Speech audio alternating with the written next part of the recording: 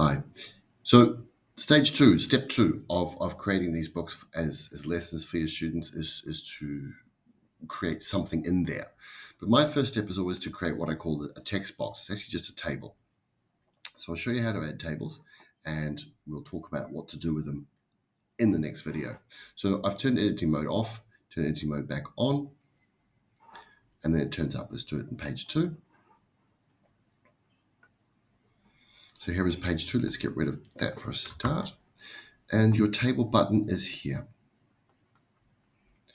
Now, for a text box, I want one by one. You can, of course, have different size tables that do different things. Let's try this first of all. One. Now, I put the cell padding and the cell spacing just to give it some space from the edges, your words and your images. I like to use an alignment in the center, and I like the width to be 97%. Add a border if you'd like. Now, I always do a background color because I'm really boring. CC. These are hex colors. I like it because I can remember CC. That's the only reason. And it suits me. And there it is. That's your text box. And in we go. So we can add information in there. And of course, change the font